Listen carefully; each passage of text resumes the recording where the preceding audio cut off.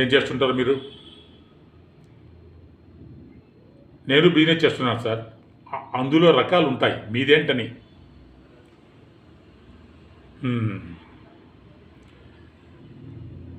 ఈ విషయం మీకు ముందే తెలుసా? ఈరోజు జరిగిన పెళ్లి గురించి కాదు, ఎన్నాళ్ళ నుంచో వీళ్ళ మధ్య జరుగుతున్న ప్రేమ గురించి తెలుసా? తెలిసినా మీరెక్కడ మేమెక్కడ చెప్పరే? ఒకే దెబ్బతో ఫ్యామిలీ మొత్తం సెటిల్ అయిపోవాలి, అంతేగా? ఇష్టపడింది ప్రతిదీ మనకు దక్కదు, మన మధ్యతరగతి వాళ్ళని ఆలోచించాలి అని చెప్పాలి. అర్థం కాలేదా?